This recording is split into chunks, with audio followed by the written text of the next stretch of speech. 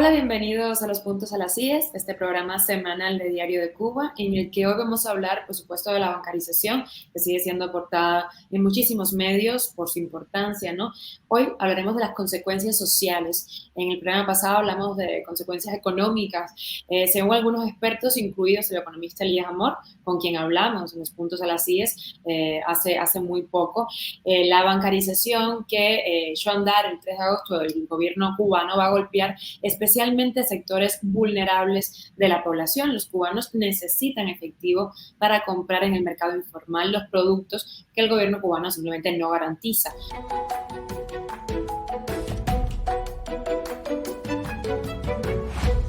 Sobre las consecuencias de la bancarización en la vida de los cubanos, hoy hablamos con Elaine Acosta. Ella es socióloga, investigadora asociada al Cuban Research Institute de Florida International University y dirige el proyecto Cuido 60, el Observatorio de Envejecimiento, Cuidados y Derechos.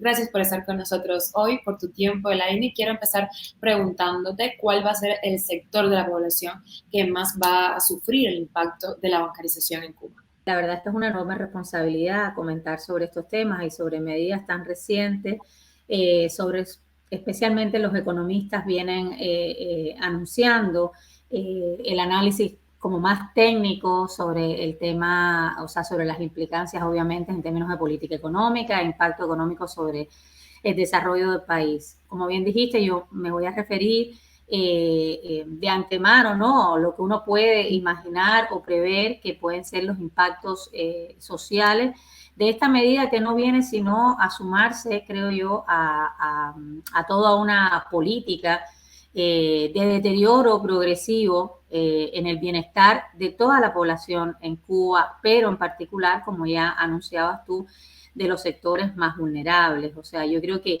siendo una medida eminentemente económica, tiene obviamente unos impactos sociales, pero no lleva, y eso es lo que estamos viendo desde la tarea ordenamiento en adelante, no lleva aparejado un paquete de medidas obviamente sociales que puedan reducir o aminorar el impacto que se espera de estas medidas. Como en la tarea, al igual que en la tarea de ordenamiento, estamos viendo una medida que es tomada en el peor de los momentos, ¿no? De las situaciones críticas, de la realidad que está afectando a los cubanos en general con el tema de la inflación desbordada, con el tema al final de la precarización de las condiciones de vida por todo el impacto que la oleada todavía de la tarea de ordenamiento estaba teniendo. Y esto viene a ser como, digamos, como la gota que rebasa el vaso, porque lo único que podemos esperar de aquí, atendiendo a lo que también nos han dicho los economistas, es un agravamiento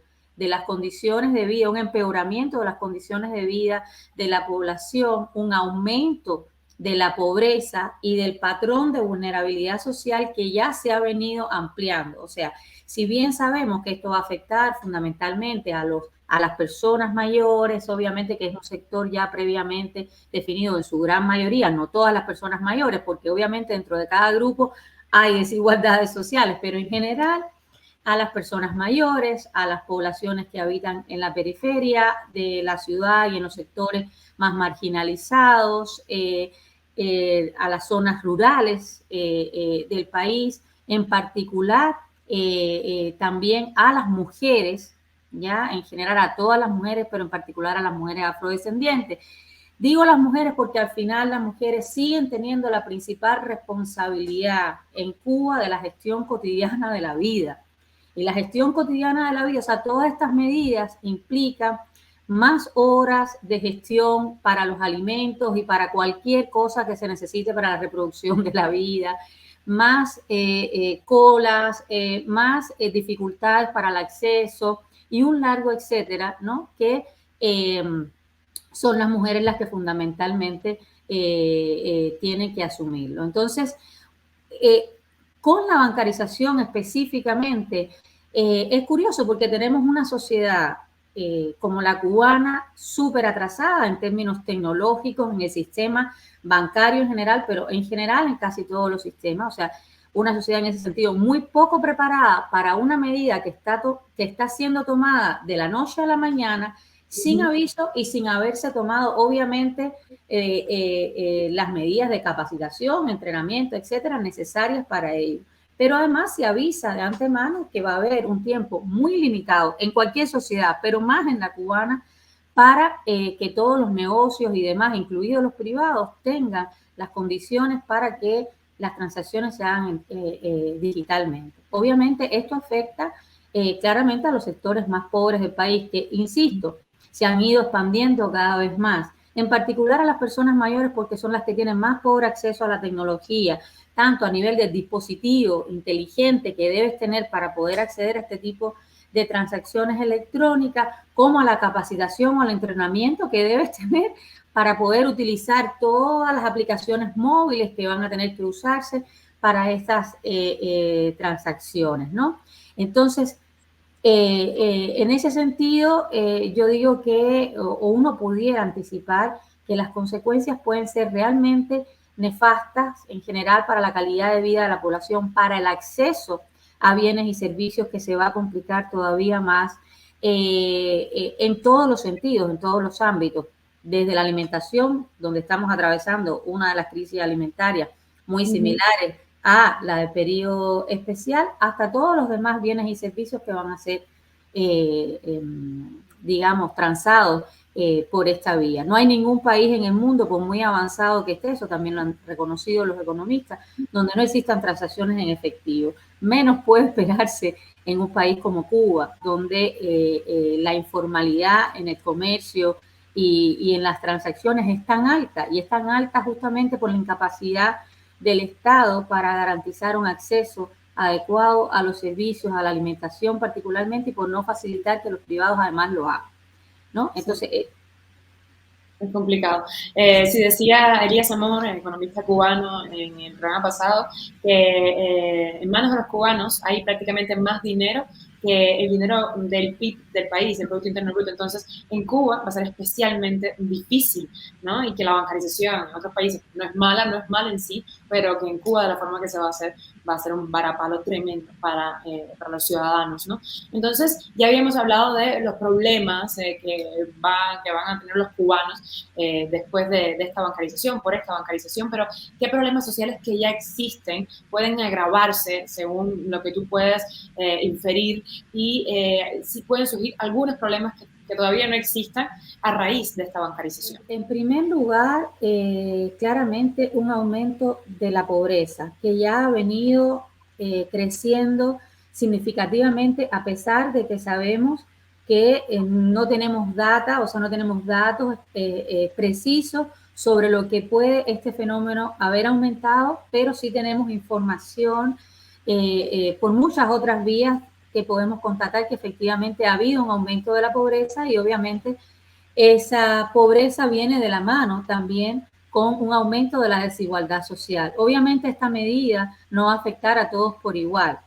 A un gran grupo de la población sí, pero efectivamente no a todos por igual. Esto va probablemente a representar una oportunidad para algunos que ya han sido beneficiados o se están enriqueciendo con estas medidas, incluso obviamente en primer lugar desde el propio gobierno, pero por otro lado un empobrecimiento cada vez mayor y una afectación cada vez mayor de cada vez sectores más amplios de la población. Uno puede constatar el nivel de inconformidad social, ¿no? Y de conflictividad social latente a través de los comentarios de redes sociales, a través de lo que las propias personas expresan, como que las cuotas, ¿no? de aguante, de resistencia frente a la arbitrariedad con que opera y el autoritarismo con que opera el gobierno cubano, están siendo cada vez más intolerables. De eso ya han dado cuenta el estallido social previo,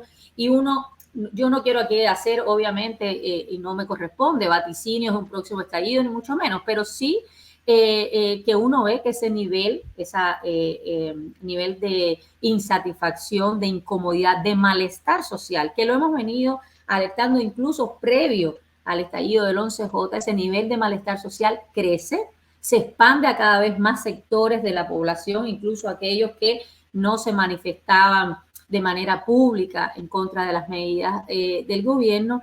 Y obviamente eso puede ser canalizado por diferentes vías, no solo la de estallidos puntuales o estallidos sociales más amplios, sino también a través, por ejemplo, de la violencia, que puede aumentar, que sabemos que ha estado aumentando, porque en la medida en que hay grupos cada vez menos beneficiados, más impactados negativamente con estas medidas, van a encauzar de alguna manera la consecución de sus recursos por las vías legítimas o no legítimas que puedan existir. Y obviamente la delincuencia, la violencia en ese sentido puede también aumentar.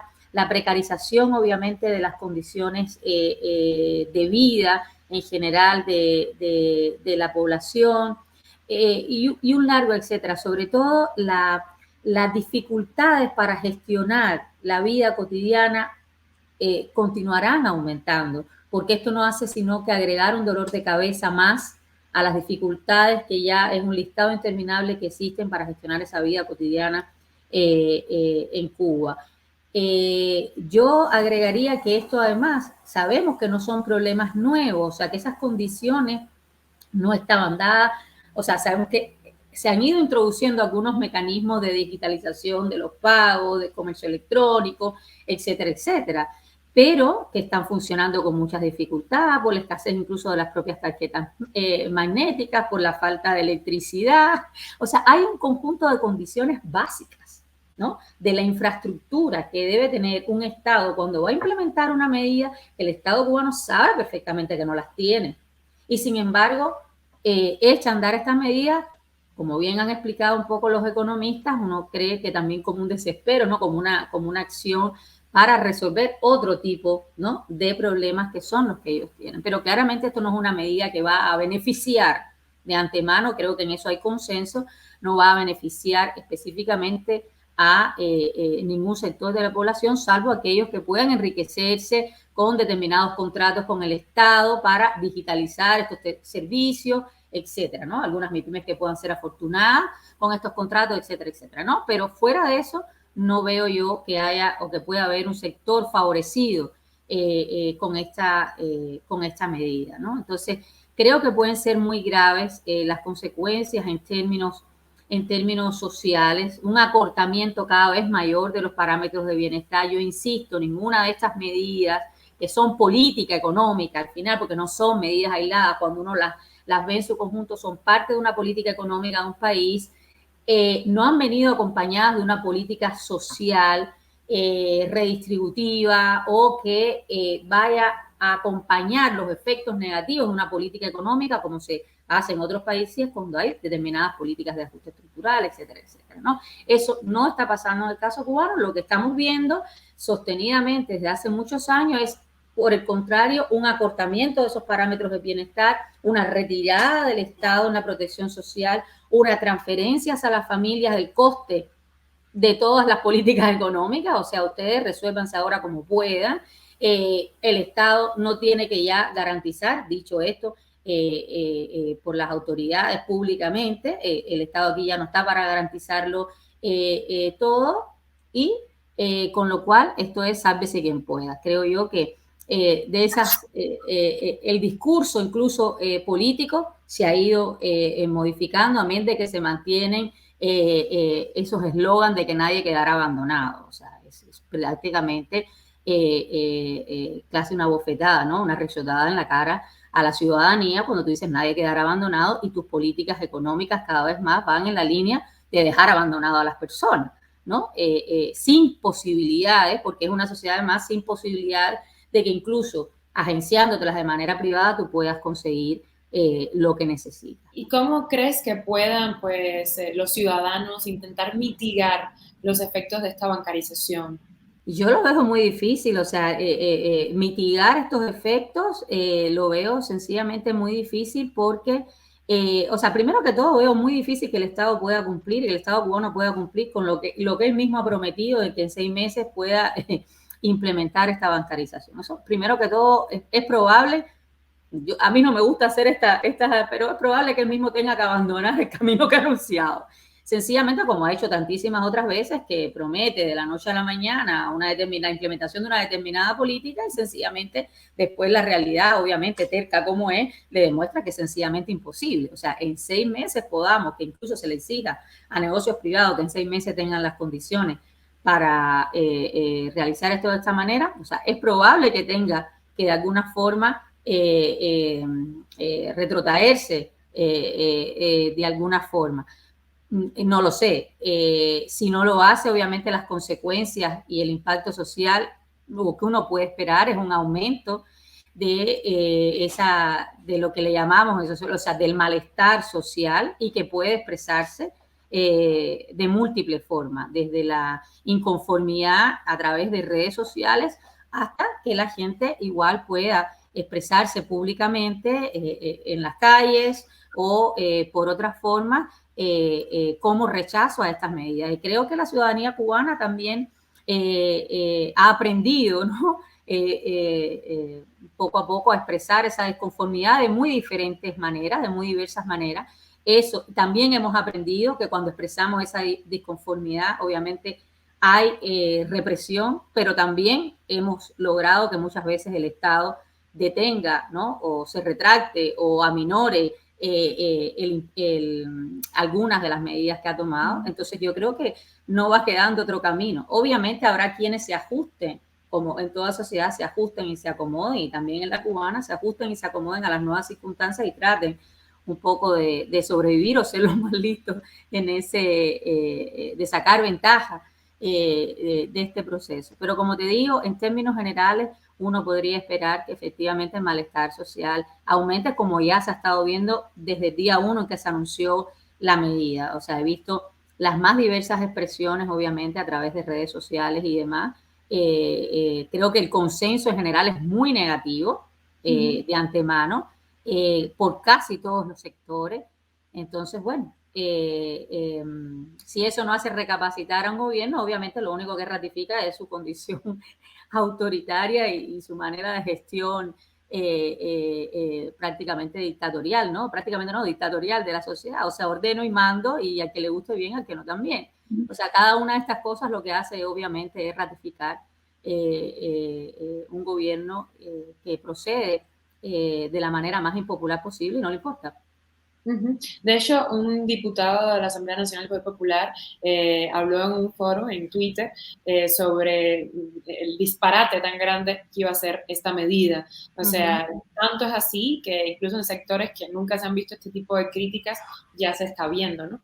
Van a ser muchísimos los sectores afectados por esta medida. Perdona, Wendy, es que mira, cuando tú anuncias una política económica de esta naturaleza, lo hemos visto en la mesa redonda, o sea, uno espera un paquete, ¿no? Completo, o sea, que el Estado, que el gobierno, en este caso, pueda anticipar. Obviamente siempre hay consecuencias no esperadas, impactos no esperados, pero que uno pueda anticipar esos impactos y, por lo tanto, anunciar un paquete de medidas completo que justamente facilite que esa medida se implemente. No es el caso. Ellos mismos han reconocido que el sistema bancario en general en Cuba no tiene las condiciones para implementar esto y menos en el plazo que ellos están dando. Entonces, ¿cómo no esperar que esto tenga un impacto negativo y cómo imaginar que la gente no vaya a buscar las alternativas más diversas para poder sobrevivir en medio de estas circunstancias, ¿no? Entonces, ahí yo creo que hay un gran tema, yo insisto, la política social, o sea, los propios economistas han dicho que esto es una medida regresiva en términos económicos, pero lo es más regresiva aún en términos sociales, sobre todo contradictoria con el discurso político que el gobierno cubano viene dando, ¿no? O yo creo que aquí lo que tenemos es un abandono cada vez mayor de la ciudadanía en los impactos sociales que las políticas económicas estén teniendo. Hay una especie de como salvar como se pueda la situación económica sin importar el impacto que ello pueda tener. Y por lo tanto esos sectores vulnerables serán cada vez más amplios Esto afectará a cada vez más personas, los ámbitos en que puede afectar, obviamente la salud, o sea, hablamos de la alimentación, que es probablemente ahora el sector mayor en crisis, pero obviamente esto tiene repercusiones inmediatas, está a punto de comenzar el curso escolar en poco tiempo, la salud que ya viene atravesando una serie de crisis de hace varios años, lo va a tener también y un largo etcétera, ¿no? O sea, insisto. En la educación, por ejemplo, Elaine, porque hablamos de diferentes sectores que van a sufrir en la seguridad de la educación, o sea, que puedes vaticinar. O sea, a ver, en primer lugar, los bienes, o sea, las herramientas con las que un niño o niña tiene que comenzar su curso escolar, o sea, lo elemental que necesita para comenzar el curso, que sabemos que cada vez está menos disponible por el Estado y que son las familias cubanas y las familias transnacionales cubanas quienes tienen que proveer desde el uniforme, los lápices, la mochila, la alimentación, etcétera. Con estas medidas claramente va a haber un impacto donde se afectarán obviamente a aquellos niños cuyas familias no tienen familiares en el exterior, cuyas familias son más pobres, que viven en las periferias y en los barrios más marginalizados, que viven en el interior del país y un largo etcétera. Claramente eso va a tener un impacto porque, como te digo, en términos de la educación sabemos que buena parte de todos los recursos que se requieren para que se eche a andar el año escolar y durante el año escolar son provistos por las familias. El Estado cada vez garantiza menos en ese sentido. Lo mismo el acceso a la alimentación. Si tú tienes que hacer todas las transacciones, hasta en los negocios, digamos, más informales, de manera bancarizada, o sea, de manera digital, el acceso a los alimentos es lo primero que obviamente se limita.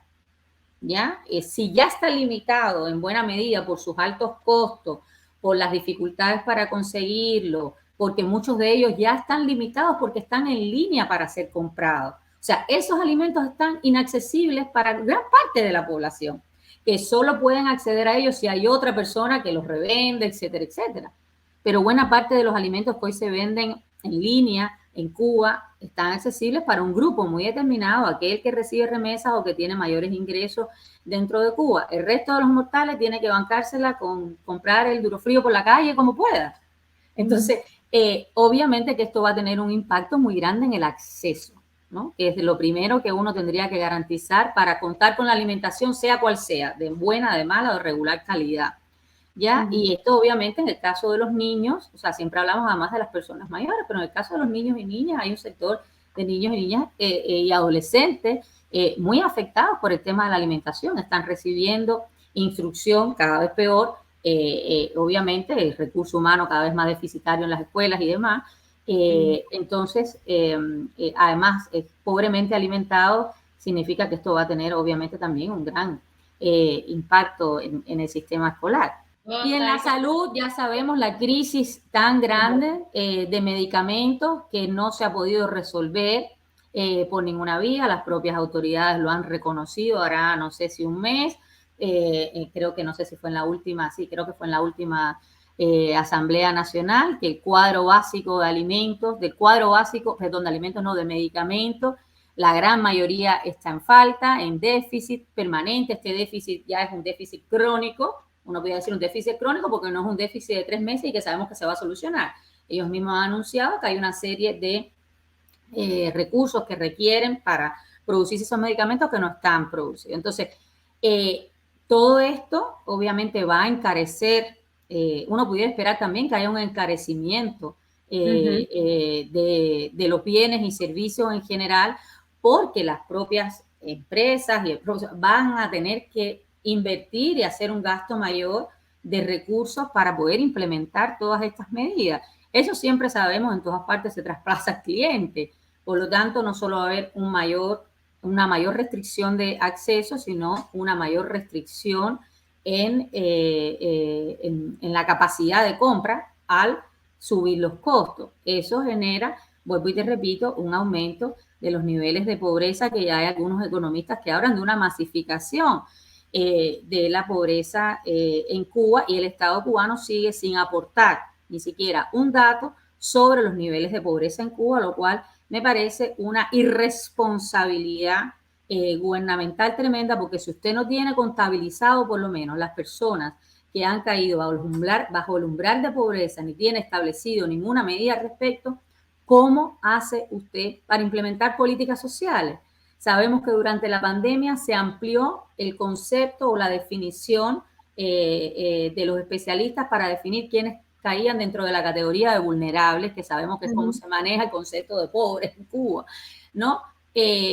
No sabemos que esa definición, o sea, que ese concepto, esa medición, ese baremo se haya ampliado. Debería seguir ampliándose porque las poblaciones en riesgo de pobreza son mayores. Eso se hizo solamente durante la pandemia, que ya fue crítico, y debería volver a... Pero no vemos, o sea, es escasísima la reflexión de las autoridades al respecto de los impactos sociales de estas medidas que, insisto, en cualquier otro país latinoamericano estarían siendo un escándalo, ¿no? Por menos que eso, en Chile se produjo un estallido social, o sea, por aumentos en la subida del precio del metro, o sea, que sabemos que no fue solo por eso, que es una situación muy similar exactamente, en el caso cubano, como te digo, la gota que rebasa el vaso. En el programa anterior, Elaine, hablábamos con Emilio Morales, un economista cubano, sí. Y él decía que es posible que las próximas víctimas del gobierno cubano para captar efectivo, porque todo esto al final es una política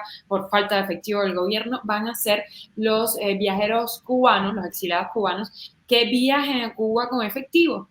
Entonces, ¿cómo esto puede afectar a la diáspora cubana? A ver, es que la diáspora cubana casi siempre, por todas medidas que toma el gobierno cubano, va a ser afectada. Y en eso yo siempre insisto, en la instrumentalización política, no solo política que ha tenido el gobierno cubano de la diáspora, sino también económica. Y cada vez, obviamente, más en términos económicos, se utiliza o se instrumentaliza la diáspora cubana para resolver los múltiples déficits y cuellos de botella que tiene el gobierno cubano. Y claramente va a poder ser usada porque es la única, en este caso, que puede, ¿no? Proveer de efectivo a su familia y además de otros bienes y servicios que están en carestía en el caso cubano y que están en permanente carestía. Por eso estaba pensando en el tema de las escuelas, claramente, y yo creo que aquí la diáspora cubana también, y por eso uno puede pensar que deba tener un rol más activo en oponerse a estas medidas, porque en la misma medida en que se afecta a la población que está dentro de la isla, nos afectamos nosotros, que enviamos remesas, que llevamos dinero en efectivo a Cuba, que hacemos todas estas transacciones en línea con estos precios disparatados, porque hay que decir además que muchas de esas compras en línea, de los portales en línea que existen, son con precios absolutamente muy por encima de lo que cualquiera de esos productos se vende en los supermercados donde residimos los que estamos fuera. Eso todos muy bien lo sabemos. O sea, estamos pagando muchas veces 10 veces lo que vale ese producto para que la persona lo reciba en Cuba, en su casa. Y esto aquí obviamente que hay un gran negocio, ¿no? Que debe ser evidenciado como tal, porque además no es de libre disponibilidad el acceso para hacer ese tipo de negocios y de empresas con Cuba, ¿verdad? No es que cualquiera pueda montarse ese chiringuito, como dirían en España, ¿verdad? Entonces, hay aquí de nuevo también una diáspora que puede efectivamente beneficiarse, porque en esto hay como todo, beneficiarse de estas medidas, y otra diáspora, en gran número, aquella que envía remesas y que disciplinadamente aporta a la mantención de su familia, que obviamente puede ser afectada también por la carestía cada vez mayor de los productos, ¿no? Y porque ese efectivo que las familias necesitan cada vez probablemente sea mayor, el Estado de todas maneras de alguna manera lo va a recoger o necesiten que los depositen en las tarjetas con un mayor costo, etcétera. Mira, la verdad es que la intríngulis misma no me la puedo imaginar, pero sé que, de que va a tener un impacto negativo porque al final esa diáspora es parte misma, ¿no? de la reproducción de la sociedad cubana. Cuando te hablo de la reproducción social de la sociedad cubana. Sí, contribuimos económicamente, social y políticamente al desarrollo de la sociedad cubana en cualquiera de sus expresiones. Entonces, lo lamentable es que el gobierno cubano sigue instrumentalizando a esa diáspora, hoy por hoy, sobre todo para sacar ventajas económicas, pero políticamente la siga desconociendo como un actor, ¿no? No solo desconociendo, sino criminalizándola, reprimiéndola, obviamente, cuando se le denuncia como corresponde y un largo etcétera. Entonces, esa contradicción es la que tenemos que obviamente visibilizar y denunciar, y hay momentos en que sencillamente uno puede decir hasta dónde también puede estar dispuesto en esa intríngula, sin dejar, esto no estoy diciendo para nada, sin dejar obviamente de apoyar a las familias, ni mucho menos, pero eso no quiere decir que yo te voy a decir que esto que tú estás haciendo no es correcto, inaceptable éticamente, incorrecto política y económicamente, y un largo etcétera. Bueno, ya estamos viendo, para terminar el año, ya estamos viendo el surgimiento de nuevas actividades económicas, por ejemplo, la venta de efectivo, o sea, yo te pongo una transacción con un interés y entonces tú me das efectivo. Menos, ¿no? Porque efectivo ahora va a ser más caro porque la gente quiere efectivo. Entonces, ¿qué otras actividades económicas crees que puedan surgir para evadir la bancarización? Realmente controlo menos en el sentido de que, pero uno puede imaginar que, o sea, en ese sentido, la inventiva tras 64 años de represión económica, que también, o sea, de limitaciones económicas que hemos tenido, siempre han habido aperturas, ¿no? Que la gente ha propiciado desde la inventiva o desde donde sea para saltarse las dificultades que trae aparejada la norma, los impactos negativos que trae la norma. Ya he visto efectivamente esa venta. Por eso te dije que no hay que perder de vista que también va a haber, obviamente, personas que se benefician de esta medida, como es lógico, ¿no? Que van a hacer negocios de esa medida. Lo que no podemos hacer es echarle la culpa, como digo yo, a ese tipo de personas, que es lo que suele suceder después en la confusión de la discusión pública, ¿no? Es como echarle la culpa a las MIPYME del alza de los precios, echarle la culpa ahora a estos revendedores o a la gente que revende los turnos en las colas. Obviamente uno puede decir que éticamente es inaceptable, pero o reprochable, no inaceptable, pero reprochable, pero ¿qué le vas a hacer si obviamente las personas van a buscar mecanismos para sobrevivir en espacios cada vez donde tú los estás ahogando más, ¿no? Ahogando más. Eso es claro que va a existir y por lo tanto, como te digo, van a haber un conjunto de beneficiados, pero como bien dice, lo que va a significar es un incremento de los costos de todas las transacciones y un incremento al final. ¿Dónde va a parar esto? Un incremento del costo de la vida.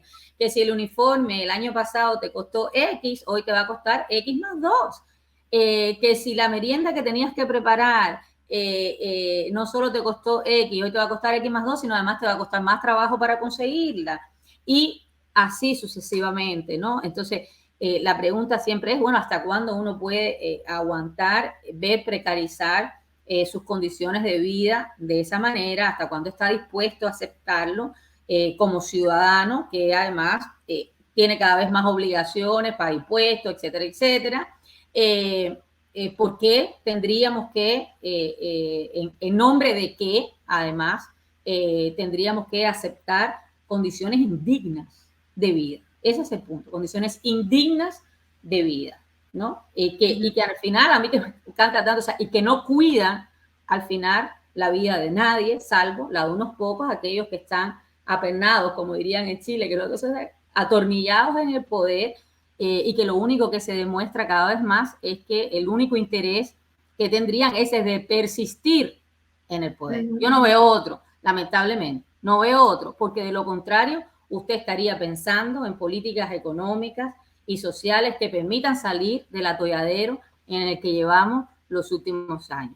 No veo otro, lamentablemente. Y si no, bueno, realmente habría que sentarse a que nos lo explicaran como en otro idioma, porque la verdad es que en español no veo otro interés del gobierno en este caso. cada medida ahoga más a una población que ya está viviendo pues, en una situación tremenda. Perdona, estamos encima de una medida obviamente tomada estratégicamente anunciada después de, como digo yo, la pantomima de la Asamblea Nacional de Poder Popular, porque bien sabemos que aquello es una muy buena representación teatral de lo que podría ser un parlamento, pero que no lo es en estricto rigor. Ni siquiera allí se mencionó lo que en cualquier país, comillas, normal, democrático, etcétera, se tendría que haber anunciado, discutido y un largo etcétera. Y me imagino que la gran mayoría de los diputados allí presentes hubiera dicho, a ver, que esto no es posible, ¿no? Y mostrar el desacuerdo en representación de la ciudadanía. Esto ni siquiera se anunció y se discutió allí. Se toma, vuelvo y te repito, en el peor momento.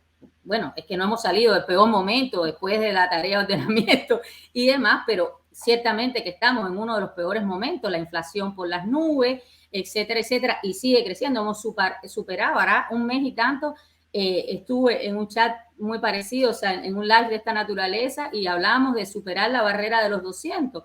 Hoy estamos ya cerca a los 2.50 del dólar, o sea, y luego viene esto como para darnos, para rematarnos. Entonces, lamentablemente no me puedo expresar en otros términos, y en ese sentido es muy reprochable y vuelvo y te repito, éticamente condenable la actitud que está teniendo el gobierno cubano, ¿no? Sobre los impactos que esto puede tener en la ciudadanía. Es inmoral. Además de todo lo demás, es inmoral. Además de todo lo demás. Muchísimas gracias, Elaine. Nos mantenemos en contacto sobre este tema y nos veremos de nuevo por aquí en Los Puntos de las Sillas. Gracias a ti, Wendy, por la invitación.